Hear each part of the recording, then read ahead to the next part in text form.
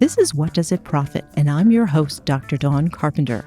In this show, we talk about value, the social and moral value of business. Each episode, each guest will bring me a little closer to finding out what does it profit. Last week, we talked with Roberta McDonald, the co-op marketing powerhouse and Senior Vice President of Marketing at the Cabot Creamery Cooperative. Roberta taught us something very important, a lesson that farmers taught her. Time is the most valuable asset that we own. Thanks, Roberta. And thanks to all of those other extraordinary women whose legacies were celebrated during Women's History Month. All right, most of you know I'm a former investment banker turned business ethicist, and that I have the heart of a teacher, whether it's here with you or as a storyteller on Wall Street. And if you haven't figured it out just yet, I'll tell it to you straight. I'm on a mission. I'm on the hunt to bring you the angels of capitalism. These are the people doing the work of a new, more human-centered approach to capitalism. This week, despite being in the midst of a raging global pandemic, we're going to take a trip in your ears around the world. I'm going to introduce you to an economic historian named Paulo Santori, who is in Rome, and Myrian Castello, who is trained as an industrial engineer, but who is now describing herself as a human right to dream activist and a facilitator in Brazil. In our conversation, we're going to introduce you to the Economy of Francesco, the global movement inspired by Pope Francis and the patron saint of peace himself, St. Francis of Assisi. Paulo and Marion share with us a glimpse of the incredible excitement and fruitfulness of what started out before COVID as a group of 2,000 young economists, entrepreneurs, and changemakers from around the globe. And now it's transformed into a global movement of young people and their cooperators who believe that now's the time to be bold and to build an economic future worthy of our humanity.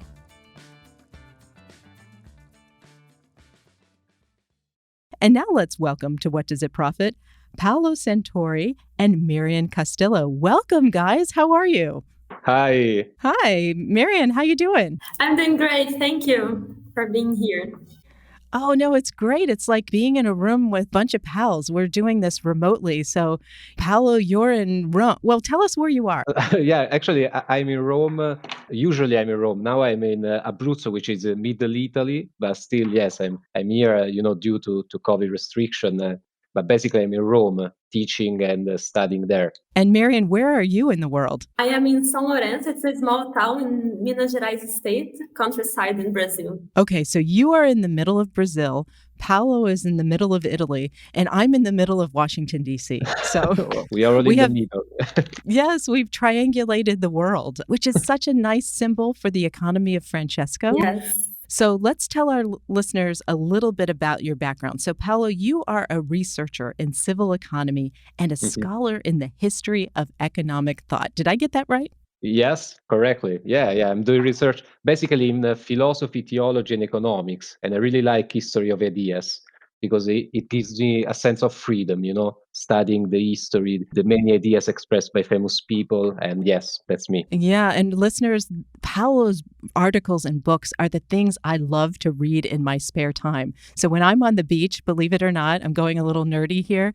It's the kind of stuff that Paolo's reading and the kind of stuff he's writing that I'm all excited about. So Paolo, it is a real joy to have you here in a lot of different levels. And we're going to get into the economy of Francesco in just a minute. But Marion, I think of you as, an industrial engineer, but the co-founder of something really cool called the Dream Factory. You're a human right to dream activist and facilitator. Did I get that right? Yes, and also part of the Village Policies and Happiness in the Economy of Francesco.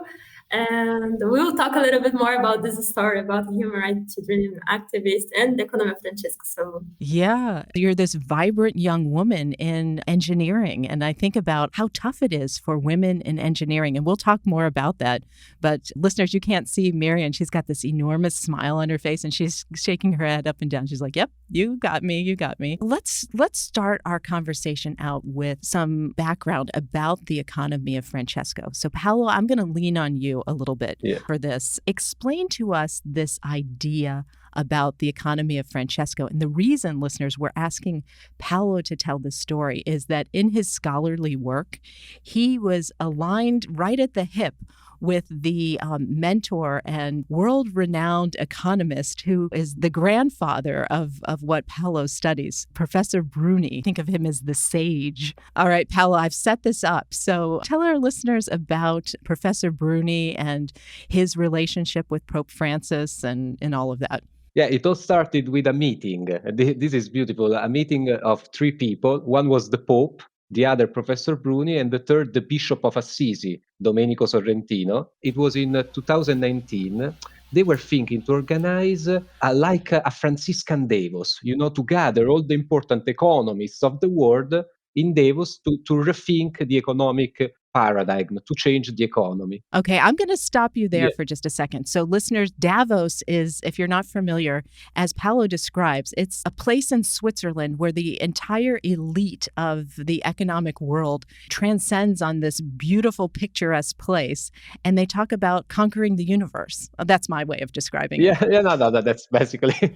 You were talking about, then let me get back to the story. The Franciscan version of that in Assisi is a very special place related to peace. So it has religious significance, but it has significance for people who maybe don't even come to their understanding of the world from a religious sensibility. It's a place of, pilgrimage for people all over the world who find the idea of peace a part of their ethos. Okay, so you're in Assisi, you're talking with the bishop, you've got Professor Bruni, and you've got Pope Francis. Exactly. So imagine this room. At a certain point of the conversation, Pope Francis say three times, very loud. You have to say it in Italian. Yes, banging his fist on the table. Voglio incontrare I giovani economisti. Voglio incontrare I giovani economisti. Voglio incontrare I giovani economisti. I want to meet young economists. Why young economists? Because Pope Francis understood that, of course, it's important to have Nobel Prizes, world leaders in Assisi. But what we need to change today's economy is young economics perspective. This is what he was looking for. And Professor Bruni and the Bishop of Assisi, they really enjoyed this news from the Pope. What do you think their response was when they had the Holy Father? You guys heard me pounding on the desk here. I was trying to replicate this whole experience, but what do you think their reaction might have been to the Holy Father's enthusiastic response to this? Here I'm speculating a bit. Of course. This is fun. We're a podcast. What the heck? Yeah, exactly. No, I think that the bishop at the beginning was a little bit surprised. Professor Bruni not. You know why? Because Professor Bruni, like 7 months before, organized another big congress named Prophetic Economy, when he asked 12 years old boys and girls to talk about economics. So it was in his soul also this idea, of bring young people talk about economics. Oh, yeah. You get people like me. I'm 50 years old. We're kind of set in our ways, right? And we see the world with the institutions and structures that exist. And some of us just don't dream big. And I think that's something, would you agree, Myrian and Paolo both, that young people dream big? Yes, I would say that it depends on the context. This depends how they have their basic needs fulfilled, and what are the place that they are right now. This is really makes the difference for the ability to people to dream. Yeah, no, you're right. And we're going to talk about your story. Here you are in the middle of Brazil. I just heard on CNN that COVID we won't even go there just yet. We'll go there later in the conversation. But you have gone through tremendous times and continue to be in that place. So we're going to talk more about that. But Paolo, here we go. It's the end of this prophetic meeting with the three really important decision makers. And then how did they decide to put together what ends up being a global youth movement? Yeah, actually, with a simple gesture, the Pope wrote a letter of invitation. He said to all the young economists all over the world who shared with me the idea that the current economic system should be changed, not should be radically and drastically changed, but should be changed. There are problems, there are people excluded. Join me and meet me in Assisi in March. That was the invitation. And a lot of people joined, Dawn, as you know. I mean, Oh, yeah, I was there as a senior advisor to one of the 12 villages. Yeah. Well, let's stop there because I think the audience really needs to appreciate how the young people involved came together. So there was an application process. So how did that work? yeah, the application process was actually also practically simple. We asked people to send not only their curriculum vitae, of course, tell us who you are, but also your motivation for being there with us. Why do you want to be part of the economy of Francesco? Which part of Pope Francis and St. Francis of Assisi view of the world you like? Even if you are not, religious or whatever. I mean, why do you want to change the current economic system? And so then, there's been a process of selection, but just for reason of spaces, though, because I mean, the organizing committee said, let's take the 6,000 people who answered and bring them to Assisi. But for reason of security, as you can imagine, we just can choose 1,000 and then 2,000 at least. So 2,000 young people from around the world were chosen out of this much larger group. So what that tells me is there's a groundswell of young people and probably even more who haven't yet heard about it. And hopefully our conversation will help bring some of those people into the movement. But I want to explain to listeners what was happening in the world at this time. The intention was to meet in Assisi in person. And so, Myrian, I'm going to pull you into the conversation in a minute because you have an interesting story about how you got engaged as all of this unfolded. But Paolo, quickly tell us what happened with COVID and how that changed the plans of actually meeting in person and the time periods involved. Yes, I mean, we should have met in Assisi in March 2019, but in Italy, in March 2019, there was the first lockdown. Oh, you mean 2020? 2020, sorry. Yeah, that's right. Remember everyone in the world what was happening in Italy? If you saw the pictures in 2020, after China, it was really Italy. So, Paolo, you were in the middle of all that. Yeah, we were in the middle, and the fact is that the meeting was had to be started in March, 19th of March. But then at a certain point, we had to cancel the meeting, and then we didn't know what to do. I mean, what's next? Because we worked a lot. We met the 2,000 people online, and we were ready to meet them in Assisi to create this movement. I mean, I was ready to see Myrian in Assisi, but then Paolo, I had my plane tickets. I was going to stay in Florence with a friend and then hop over to Assisi to be a resource to the Village on Finance and Humanity. So, Myrian, I want to ask you a question. I'm going to paint the picture for the audience. You were in Brazil doing your Dream Factory work. Tell our listeners for just a moment what you were doing. What is this Dream Factory and what was going on in your life at the time? Just before Economy of Francesco. It all started, I was studying and I saw a lot of people passing through depression and other mental issues. So you were in school in engineering, and Yes. Is that where you were seeing this frustration and depression and kind of everything that was happening in the world? Yes, so I was one of them, and then I started to talk with people and I realized that most of them were unhappy and with lack of belongingness. So what happened is that even nowadays we work together, study together for hours and years, and most of people don't know each other, don't know each other's dreams, don't know each other's stories.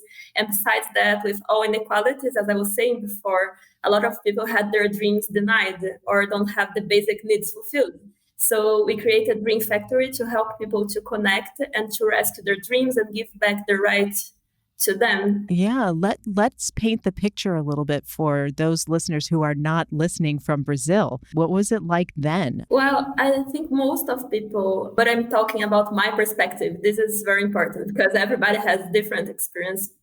Well, in my experience, it was a lot of people when they choose to go to the university after high school, the people say to you, you have to choose something. And the school is not prepared to go through your talents and through your dreams. They just say, oh, if you're good in math, go and do something as engineer. If you're good in history, go and do history or something related to that. Instead of really merging all these things. I really like complex theory, and I don't believe that things are sharp as this. We have to put all the things together and see what emerges, and we can have brilliant people doing brilliant things that maybe we are losing because we are not giving them the opportunity, and we're not saying to them, yes, you can be anything you want. We just have to prepare you for that, and let's open space for this. As Muhammad Yunus say, I like him very much. He says that everybody is a soil that can grow something, and that this has a lot to do with our village. Like everybody can flourish. Explain to us what that means to you. I believe that it's like we have the soil, we are the soil, and we have the seed, and we are the seed. And dreams are seeds. And if we plant in a soil that allows it to grow, and if we put all the nutrients, so if we have sun, if we have water, and all the nutrients and all the space between, if we have all around us is good for us to flourish, that will happen. Our dreams will come true. Our humanity will flourish, and we will not go to a competitive mode. We will see that there is a space for everyone and that we can all thrive, and we don't have to take from someone or leave someone behind. That for me is how economy is right now. And that's what we're trying to change, to make economy for all and leaving no one behind. Yes, I think that's so much the spirit of what we talk about on What Does It Profit, and is certainly the spirit of the Economy of Francesco. So Paolo, there are these villages. So Myrian referenced her village, which is the village that relates to policies and happiness. So these are like, what do you need to change in society so that we can start focusing on happiness? So just quickly, Paolo, what were some of the other villages? We have 12 villages and all have a couple of terms which you in your everyday life you don't find. For example, work and care, CO2 of inequalities, finance and humanity. Your village, though. Oh yeah, I live that every day, but I'm highly unusual. Yeah, no, that you don't find. I mean, it's not easy to put this village together. For example, another that I love is agriculture and justice, or another is energy and poverty.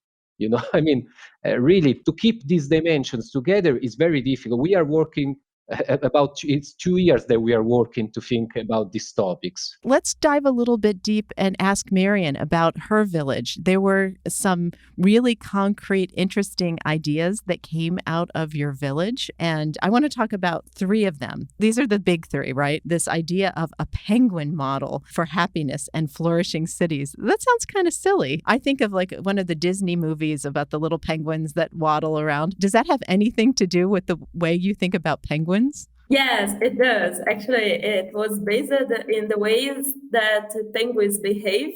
So this project and who is working towards this project, they're really nice people and amazing people. One of them actually is based in New York. And what they're going to do is agglomerating big cities and foster vibrant small and medium-sized cities so people can presence new opportunity and build a sustainable future in partnership with nature. Because when we talk about big cities, there's not that enough nature. And when we talk about well-being, this was very we had a lot of professors talking with us during the year, and this was a topic that was very alive, that nature is very needed, and to reduce pollution, reduce depression, reduce all these things are very needed and urgent. Well, you know that firsthand, I think, right? When you were discerning whether or not you were going to get involved with the Economy of Francesco, let's tell our listeners how that happened. So you weren't part of this normal process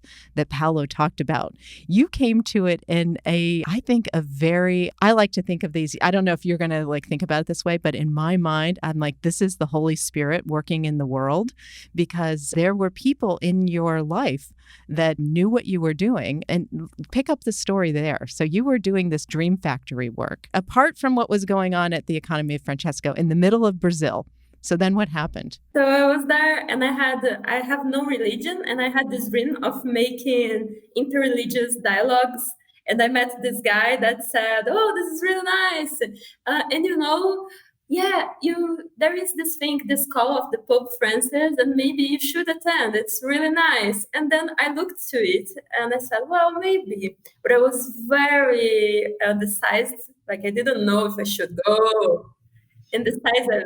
Sorry, it's my accent. Yes, foreign words all the time. My listeners will just laugh at me, particularly Paolo, the Italian names, but Paolo's pretty easy. So, okay, Myrian, you're discerning. And so you decide to what? You went to nature? So yes, I was there and I asked some friends, should I go, should I not go? And I had some deep conversations, but I was really like not knowing if I should. And then it was the last day, the very last day to send a yes and to pay as well, because the different currency was really in doubt. Expensive, I bet. And yes, and then I walked to the nature and I said, well, should I go? And then really, two birds came like very similar to the St. Francis birds. They came, looked at me, and they flew away. And I felt something like really something that I can't explain. And I said, okay, I'm going. And I went to my computer and pressed enter. And so I'm here in the Policies and Happiness Village with really nice people. Yes, I know it's become a family, right? I mean, you had this idea that you were going to meet in Assisi and it didn't happen. And you had a year, really, though, to get to know each other online. And it sounds like you guys have developed quite a family. Yes, that was, I think, if we had the meeting in March, I don't think we would be how we are right now. We are much more like we know each other. We know what each other do and how can we ask someone to do something. What are the talents? What are the dreams? We have projects that we built together through the year. So it was a process. It was not something that you go and do and go back home. I think maybe if it was March, that probably would happen. But now that we had the whole year working together, we call each other. So we give a happy birthday and all this stuff. We feel like family, and we work with frequency in our projects so they can develop.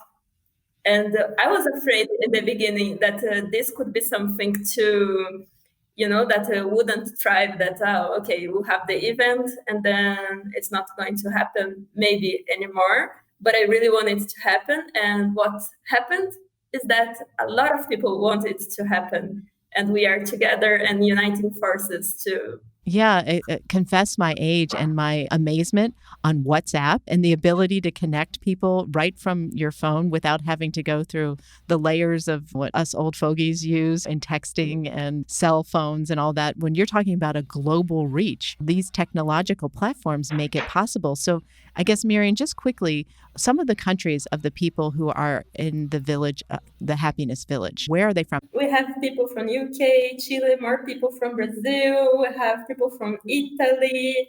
We have people from Indonesia as well, and so on. Wow. So when we get this episode out, your voices are going to be heard literally around the world.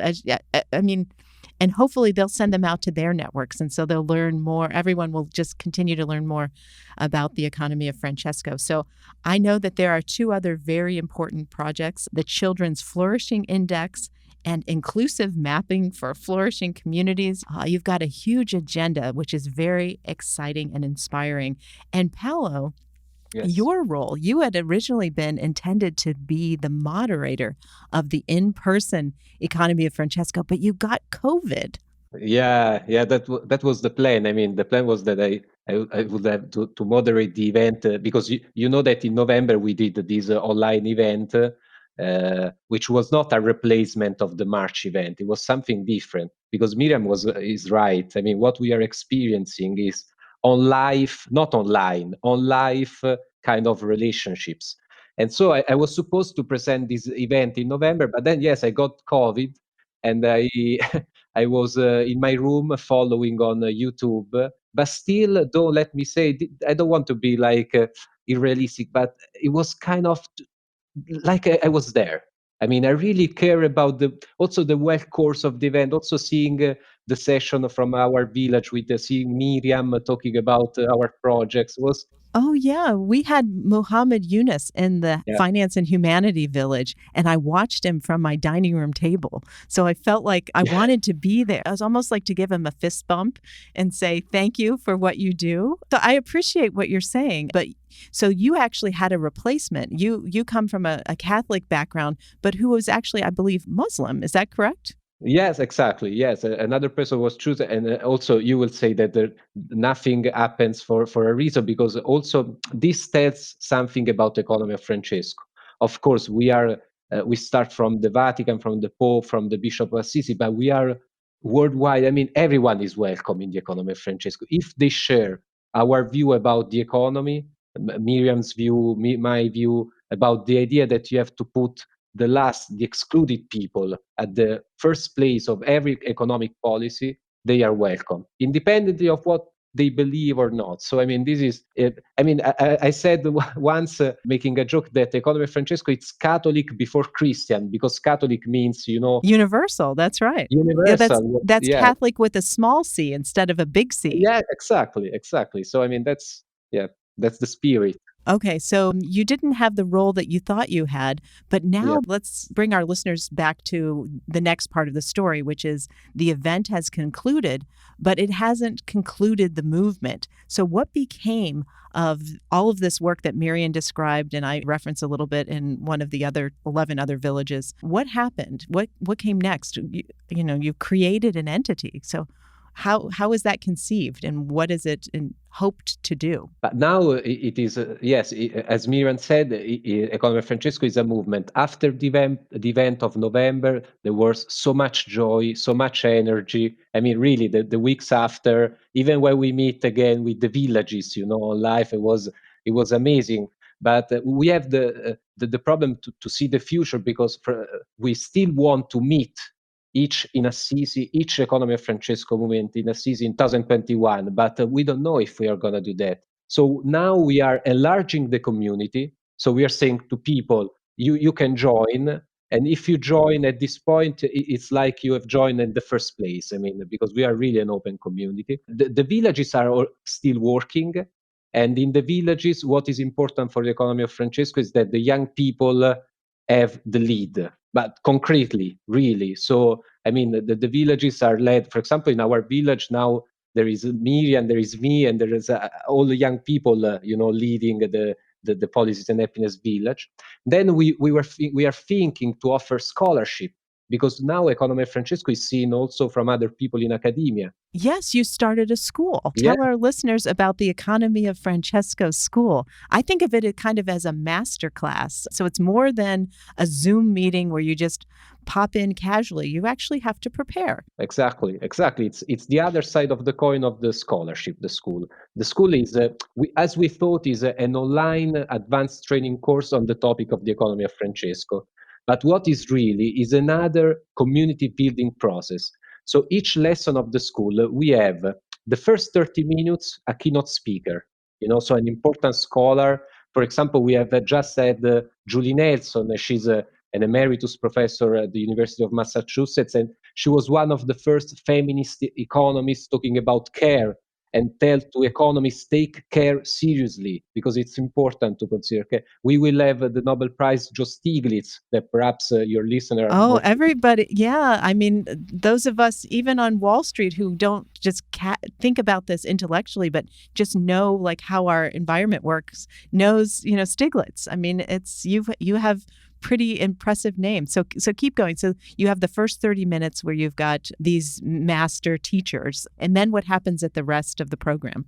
And then, since we are Economy of Francesco, the other 30 minutes, there are 3 EOF young discussants. So 3 EOF, Economy of Francesco, young economists, who peer-to-peer to the keynote discuss his or her ideas. And this is how, in Economy of Francesco, we create knowledge. Because, of course, these important scholars come to us not to teach us what Economy of Francesco is, but to enter in a dialogue with us. And this is the Pope's mandate. He told us in November, he sent us a video message. He told us, take the lead. Otherwise, the history will pass over you. So, I mean, we are doing this seriously. That's right. I guess I just want to interrupt there for just a second and I'll let you finish because I want our listeners to be able to go to the Vatican website or to the website of the Economy of Francesco because you can find an English translation of those remarks that Paolo's just talking about. And when you print them out, they're 6 pages long. And the richness of what's in that talk says so much. And actually, it was the inspiration for the title of this episode, Giving a New Soul to a Global Economy. It was the Holy Father that, and his words that, brings these thoughts to life. So I'll take you back to the story. No, just to conclude to the school, you know what is amazing about the Economy of Francesco School is that the people who attend, and we had like more than 1,000 people subscribe, but also the keynote speakers, it's all for free. And this tells us something important, that gratuitousness does not mean zero value, means infinite value, because our lessons are of the quality of the debate, both of the keynote and the OF discussants is amazing. I mean, we don't have to invite no one. I mean, and so to me, this is the most beautiful thing about the Economy of Francesco School, and all your listeners are welcome to join if they want. How do listeners find you? So if they wanted to find out about the school or the Economy of Francesco, where would they go online? Yeah, they have to go on Google and type Economy of Francesco, and we have a beautiful new website. And there they can find the information you were mentioning about Pope's speeches, Pope letter invitation, but also all the news about the Economic of Francesco School. And we have also a newsletter for the people who use the email, and so they can keep updated. All right. I'm going to ask you both 2 very important questions. These are our quintessential What Does It Profit podcast questions. And I'm going to ask the first one as it relates to each of you personally. So in your vocation to do this work, what does it profit? Meaning, what does it benefit your own soul? Don, I have to be honest, for me, Economy of Francesco is a school of gratuitousness, really, because of course I experience in my everyday life care for my family, for my friends, but I haven't cared so much about something as I'm doing for the Economy of Francesco. And when I was telling you that I was in my room following the event, not be part of that, not having any profit from them, but still I really cared. So for me, this is a school, I repeat, of gratuity, and it's magical. I mean, Yeah. And now, Marion, you told us you were so generous with your story about the birds. As you reflect personally on this, how do you think your call to do this work profits your own soul? I think being in service to others and to what's needed in the world right now, and also that we can share our talents of everyone, for example, in the village, and my talents as well, beyond any borders. And by being youth, it's very important to have a space that we can share our voice. And I could be with my mates in places that I would never thought before. And this is really amazing, like to be with people that are so big